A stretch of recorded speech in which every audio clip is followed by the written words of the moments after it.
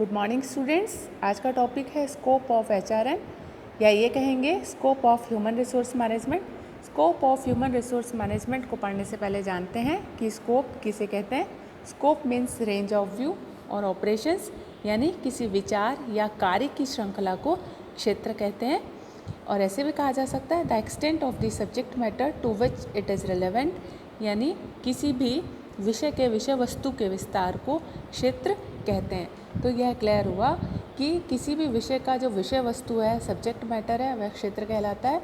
तो इस तरीके से यह क्लियर है कि ह्यूमन रिसोर्स मैनेजमेंट का जो क्षेत्र होगा वह इसमें आने वाले कार्य होंगे, या इसकी विषय वस्तु जो भी इससे रेलेवेंट है उस सारी विषय वस्तु को हम क्षेत्र या स्कोप कहेंगे। देखते हैं कि स्कोप ऑफ एचआरएम क्या है। Scope of HRM is very vast. It includes all activities starting from manpower planning till employee leaves the organization. यानी यह मैन पावर प्लानिंग से शुरू होकर कर्मचारियों के द्वारा बिजनेस फॉर्म को छोड़ने तक की सारी एक्टिविटीज़ को इसमें इंक्लूड किया जाता है। Basically scope of HRM comprises of 3 aspects. आधारभूत रूप से या ये कहेंगे कि मुख्य रूप से मानव संसाधन प्रबंधन के क्षेत्र को 3 भागों में बांटा गया है।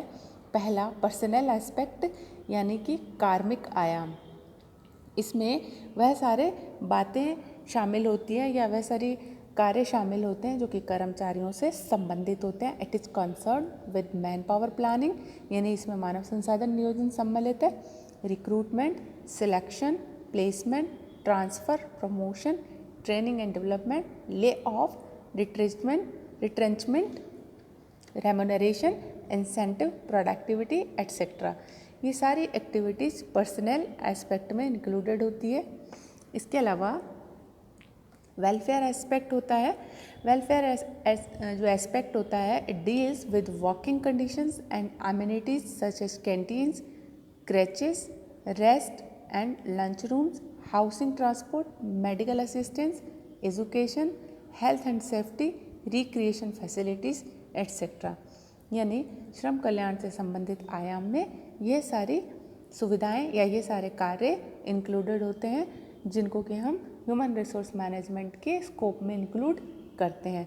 तो कर्मचारियों के कल्याण से संबंधित सारे कार्य भी मानव संसाधन प्रबंधन का ही विषय वस्तु, सब्जेक्ट मैटर या स्कोप या कार्य होते हैं। तीसरा इंडस्ट्रियल रिलेशन एस्पेक्ट, यानी कि औद्योगिक संबंध आयाम। This covers union management relations and joint consultation, collective bargaining, grievance and disciplinary procedure, settlement of disputes etcetera.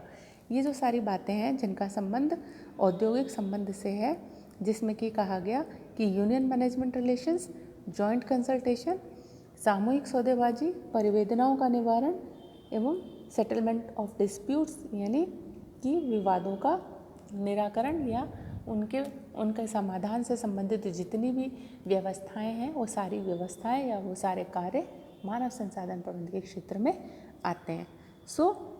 हमने देखा कि स्कोप ऑफ एचआरएम को बेसिकली 3 पार्ट्स में डिवाइड किया गया। 1 इज पर्सनल एस्पेक्ट, जो कि कर्मचारियों से संबंधित है, जिसमें कर्मचारियों से संबंधित सारे कार्य आते हैं, जिसमें उनकी प्लानिंग यानी उनको प्राप्त करने से संबंधित योजना, फिर रिक्रूटमेंट, सिलेक्शन, प्लेसमेंट, ये सारी बातें जो भी कर्मचारियों के प्रबंधन से संबंध रखती हैं उनको हमने पर्सनल एस्पेक्ट कहा। और पर्सनल एस्पेक्ट एचआरएम का स्कोप हुआ। दूसरा एस्पेक्ट था वेलफेयर एस्पेक्ट, यानी कर्मचारियों के कल्याण से संबंधित सारी बातें पर्सनल मैनेजमेंट और ह्यूमन रिसोर्स मैनेजमेंट के स्कोप में इंक्लूडेड हुआ। And the third one is industrial relations aspect, जिसमें ये कहा गया कि कर्मचारियों और प्रबंधकों के बीच के जो संबंधों को बेहतर बनाने से संबंधित जितनी भी व्यवस्थाएं हैं या कार्य हैं उन कार्यों को इंडस्ट्रियल रिलेशन एस्पेक्ट में इंक्लूड किया जाता है, as well as it is a part of scope of human resource management. तो कहेंगे कि ह्यूमन रिसोर्स मैनेजमेंट का जो स्कोप होता है बेसिकली वो इसकी एक्टिविटीज़ ही हुआ। जैसा कि शुरू में भी कहा था मैंने कि जो इसकी एक्टिविटीज़ हैं उसी को एक्टिविटीज़ के एक्सटेंशन को ही स्कोप कहा जाता है। तो ऑपरेशंस का एक्सटेंशन ही जो है स्कोप होता है। तो ये क्लियर हो गया कि इसके जो एस्पेक्ट्स हैं वो ह्यूमन रिसोर्स मैनेजमेंट की एक्टिविटीज़ को ही एम्फेसाइज कर रहे हैं। तो ह्यूमन रिसोर्स मैनेजमेंट की एक्टिविटीज़ को बेसिकली जो है 2 भागों में बांटा गया है। The different activities that come within the scope of human resource management can be classified into 2 parts. One is the managerial activities or functions, another is the operative activities and functions. तो मानव संसाधन प्रबंध के क्षेत्र को या कार्य क्षेत्र को या इसमें आने वाले कार्यों को 2 भागों में बांटा गया। पहला प्रबंधकीय कार्य और दूसरा हुआ क्रियात्मक कार्य। प्रबंधकीय कार्य वह कार्य होते हैं जिनका संबंध मानव संसाधनों के प्रबंध से होता है। कोई भी जो प्रबंधक होते हैं वो उनके कार्यों का जो लेवल होता है वो 2 लेवल होता है, यानी द्विस्तरीय होता है। द्विस्तरीय का मतलब एक सोचना और दूसरा करना।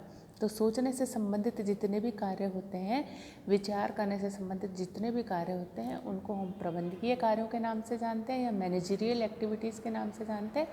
फर्दर उनको जब परफॉर्म किया जाता है और उसमें जो एक्सटेंशन होता है, स्पेसिफिक कुछ काम आते हैं, उन कामों को हम ऑपरेटिव या परिचालनात्मक या क्रियात्मक कार्यों के नाम से जानते हैं। तो प्रबंध से संबंधित जो कार्य होते हैं उनको हम मैनेजरियल एक्टिविटी कहते हैं। तो देखते हैं ह्यूमन रिसोर्स मैनेजमेंट की मैनेजरियल एक्टिविटीज़ क्या हैं। Number 1 it is planning. Planning यानी कि किसी भी विषय के बारे में, किसी भी कार्य के बारे में पहले से एक रूपरेखा बनाना, एक आउटलाइन बनाना, जिससे कि वो काम सक्सेस हो सके, उसके काम की जो सफलता की संभावनाएं हैं वो सुनिश्चित हो, उसके लिए योजना बनाने को ही प्लानिंग कहते हैं। Planning is the process of deciding the goals and formulating policies and programmes to achieve the goals. यानी नियोजन निश्चित उद्देश्यों की प्राप्ति के लिए उद्देश्यों के निर्धारण और नीतियों और कार्यक्रमों के निर्धारण या उनको बनाने की प्रक्रिया होती है।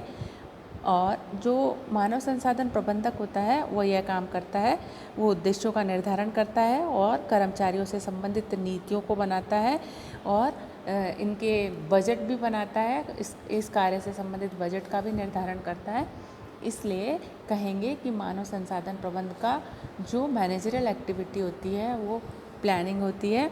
Personal manager decides personal goals, formulates personnel policies and prepare the personnel budget. So the first function of human resource management is planning regarding objectives of organization. तो यह प्रबंध से संबंधित वह कार्य करता है जिसमें कि उपक्रम के उद्देश्यों, कर्मचारियों से संबंधित उद्देश्यों का निर्धारण किया जाता है और उनसे संबंधित नीतियाँ बनाई जाती हैं और उन पर किया जाने वाले खर्च का भी निर्धारण किया जाता है। तो सेवी वर्गीय उद्देश्यों का निर्धारण किया जाता है, सेवी वर्गीय नीति बनाई जाती है और सेवी वर्गीय बजट बनाया जाता है। तो इस तरीके से जो है मानव संसाधन प्रबंध प्लानिंग एक्टिविटीज़ करता है। द सेकेंड इज़ ऑर्गेनाइजिंग या संगठन करना।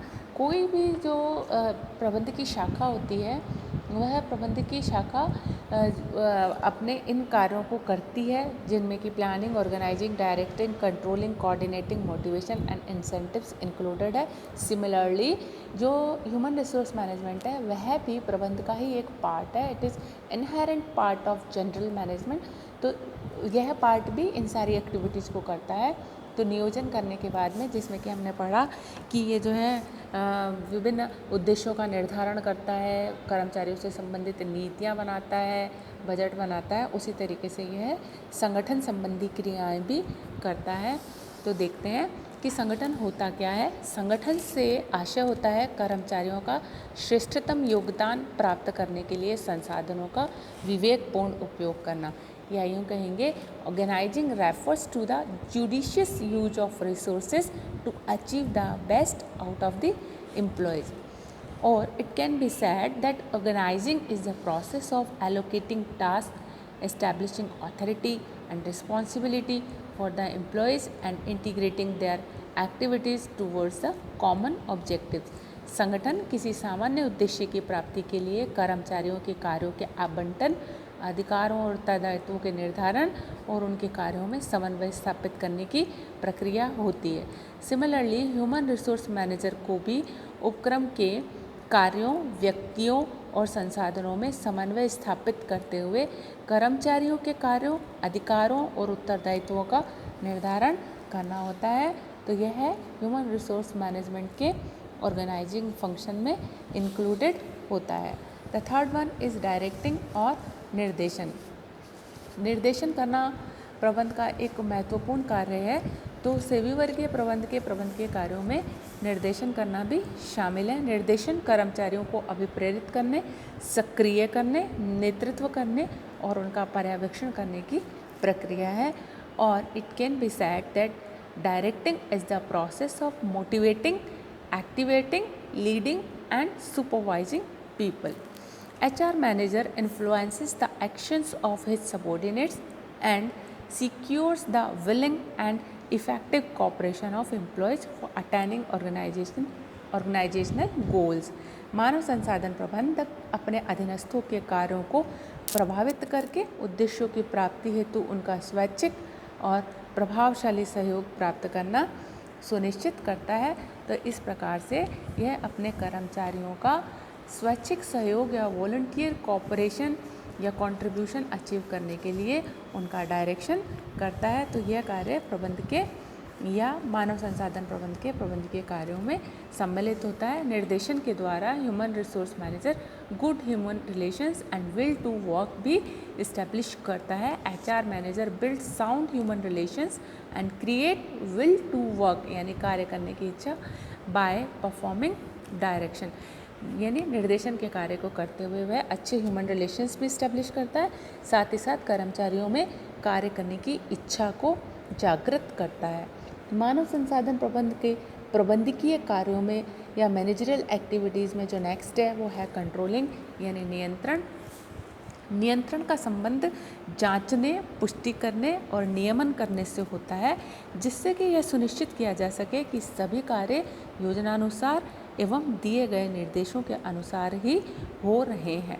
It is concern with checking, verifying and regulating to ensure that everything occurs in conformity with the plans adopted and the instructions issued. तो इस तरीके से ह्यूमन रिसोर्स मैनेजमेंट भी यही कार्य करता है कि जो भी उद्देश्य तय किए गए थे, जो भी पॉलिसियाँ बनाई गई थी, जो भी प्रोग्राम डिसाइड किए गए थे, सारे के सारे कार्य उन पॉलिसीज़, उन योजनाओं, उन उद्देश्यों की कॉन्फॉर्मिटी में हो रहे हैं या नहीं हो रहे हैं।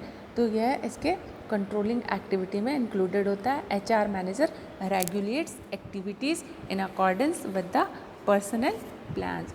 तो ये सेवी वर्गीय नियोजन के संदर्भ में ही सारे क्रियाकलापों का, कार्यों का नियंत्रण करता है।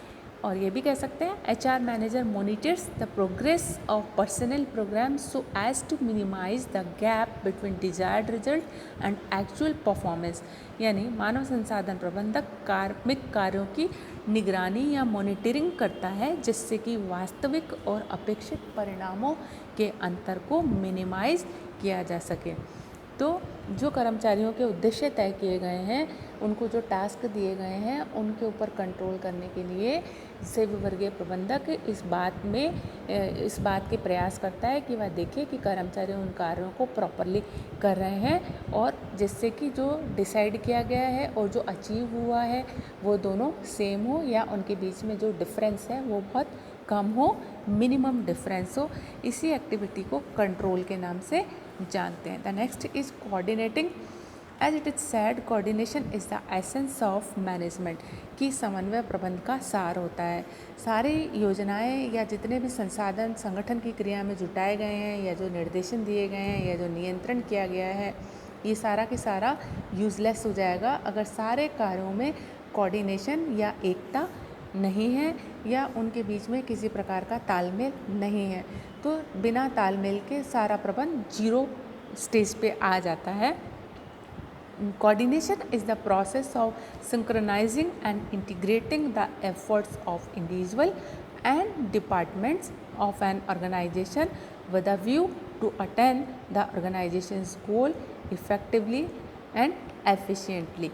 यानी किसी संगठन के उद्देश्यों की प्राप्ति के लिए सभी विभागों और व्यक्तियों की क्रियाओं में तालमेल स्थापित करना, जिससे कि जो संस्था के उद्देश्य हैं वो प्रभावशाली तरीके से प्राप्त किया जा सके इसी को कोऑर्डिनेशन कहते हैं। तो कोऑर्डिनेशन का एस्टेब्लिशमेंट का जो काम होता है वह सभी वर्गीय प्रबंधक का होता है, because without harmony and integration of activities there is likely to be duplication, overlapping in the organization. So to coordinate the various efforts of organization is the activity of human resource management. सभी विभागों और सभी व्यक्तियों के कार्यों में एकता स्थापित करना।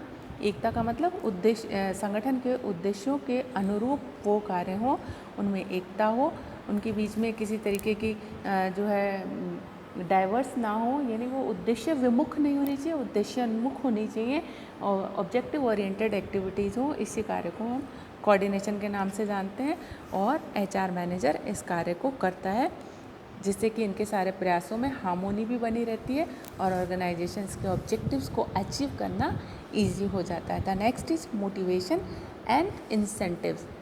Motivation simply means the need or reason that makes people to do some work or to take some work. Management must fulfill all the needs through monetary and non-monetary incentives. अभिप्रेरणा वह कोई भी कार्य होता है जो व्यक्तियों को कार्य करने के लिए प्रेरित कर देता है। तो मोटिवेशन का मतलब होता है कि वह कोई भी आवश्यकता या कारण, वह कोई भी ज़रूरत या कारण जिसके कारण व्यक्ति कार्य करने के लिए तैयार हो जाए, उसको अभिप्रेरणा कहते हैं। तो मानव संसाधन प्रबंधक का यह काम होता है कि वह कर्मचारियों की उस आवश्यकता को और उस कारण को पहचाने, जिसकी पूर्ति करके मानव संसाधन प्रबंधक कर्मचारियों से स्वेच्छानुसार उपक्रम की आवश्यकता अनुसार कार्यों को करवा सके।